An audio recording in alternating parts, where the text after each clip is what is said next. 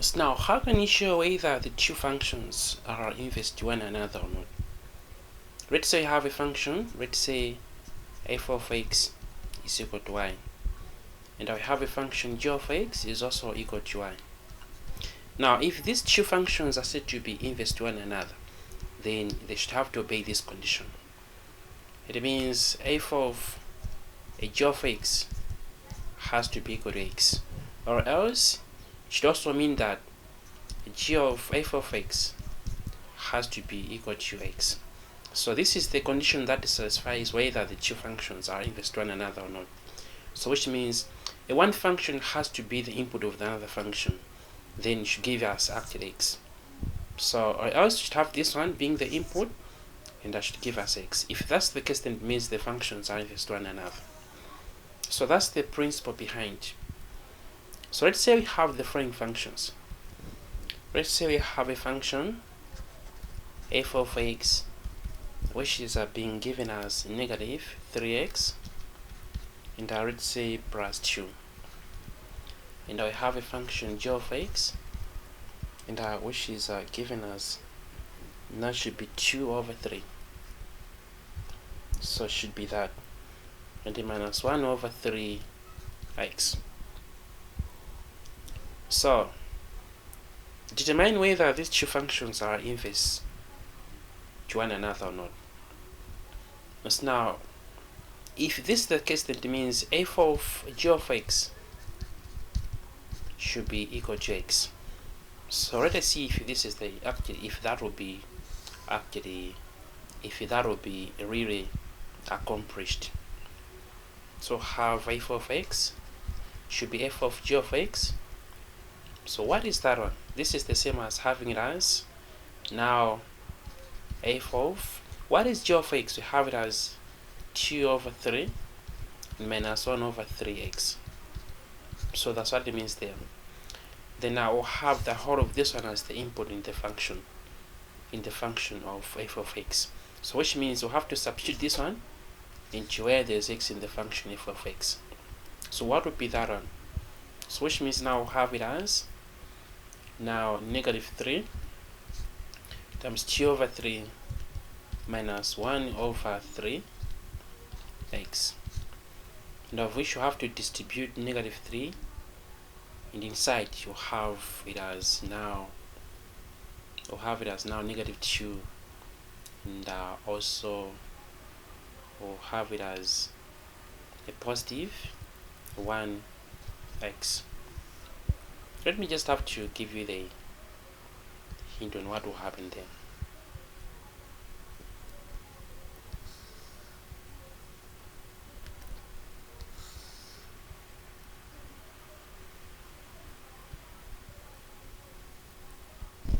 So now what will happen is that we'll have to distribute negative 3 inside by multiplication. So now which means we'll have negative 3 times, now should be negative 3, we'll have to cancel this 3. We'll have it as a negative 2. And negative 3 we'll have to cancel with this one. We'll have it as a positive x. So now as you can see it here, it means the two functions are not inverse to one another because we are not having x as the result. Therefore we are having negative 2 plus x, which is a contrary from the condition that satisfies the two functions to be inverse to one another. So literally the functions are not inverse to one another. And what if we have this case now? Let's say we have f of x that being given as, let's say, 1 over 3x and plus 2. And let's say we have g of x, that which is given as now 3x and minus 6. So now, how should you be able to show whether these two functions are inverse to one another or not? So now have f of g of x, it should be equal to 0. Actually it should be equal to x. So now what is this one? So now we have to evaluate what is f of g of x. So now which means we'll have a function f, we'll have 3x minus 6. So that is, so in the function f where there's x, we're going to put 3x minus 6. So now we'll have it as now 1 over 3 and 3x minus 6 and plus 2. And I will have it as, we'll have to distribute actually 1 over 3 inside. That will give us now, should be now x and minus 2 plus 2. So now as you can see that we'll have it as x. So just as it is here, it means the functions are inverse to one another. And also let's have to check it out, and where now a function f is an input of a function g of x. Let's also have to check out with that one as well, but those two functions are inverse to one another. Now let's have to go for this one. Let's have g of f of x. This is the same as a g of, what is f of x? 1 over 3x plus 2. So have that one as, now have 3 times 1 over 3x plus 2 and minus 6, because where there's x, I'm going to put the whole of that one. So should be that. So we are going to distribute 3 and inside there. So now have it as, now we'll have it as x and plus 6 minus 6. So you can see that we'll have it as being given as x. Therefore the functions are inverse to one another. So bear that in mind. Now what if we have this case? Let's say we have this kind of a case.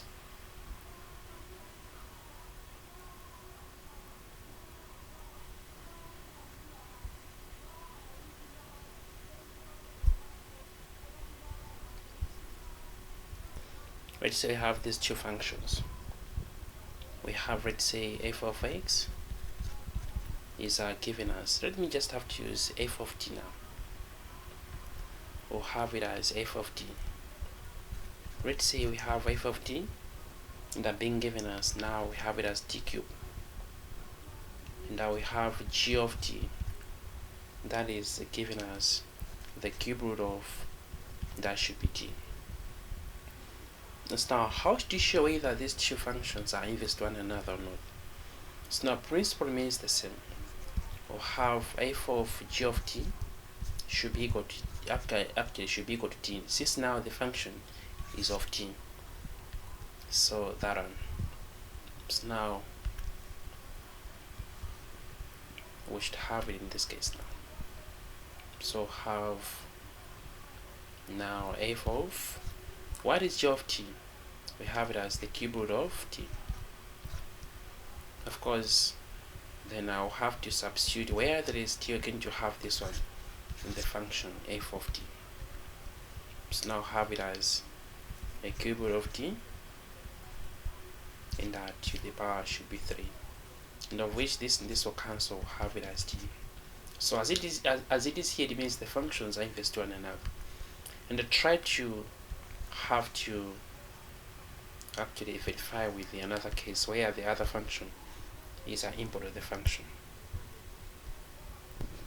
And also let's try to have these problems and see how we can be able to have them out. Let's say we have f of x is given as, let's say, 2x and plus 1. And we have, let's say, g of x, and that's given us 1 over 4x and minus 3. So by the way, these functions, these problems, you have to do them at your own time. You have to do them at your own time. A, what is f of, should be a g of x. So try that on. And B, what is g of f of x of the function? And C, what is the inverse of a function of x? And the D, we have what is, now we should have this case. So what's that one? So which means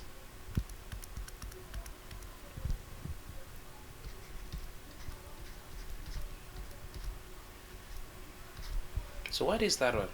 So which means we need to have the inverse of a function g of x, then we'll have the input of that function being the inverse of the g of actually f of x.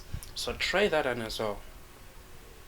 They also have this case as well, E, which to have now f inverse of now should be g of x. And also try that one as well at your own time. And I also let's think of this case as well. Let's say we have a function f of x and has given us a k 5 minus that should be x. So find the value of k if the inverse of the function of 7 if the inverse of the function of 7 is given as 3. Also try that one out at your own time. Let's say if we have f of x is given, let's say, should be a k 2 minus should be x to the power 2. So find the value of k if the inverse of, let's say, negative 2 of the function is given as 5. And also try to have those problems out at your own time.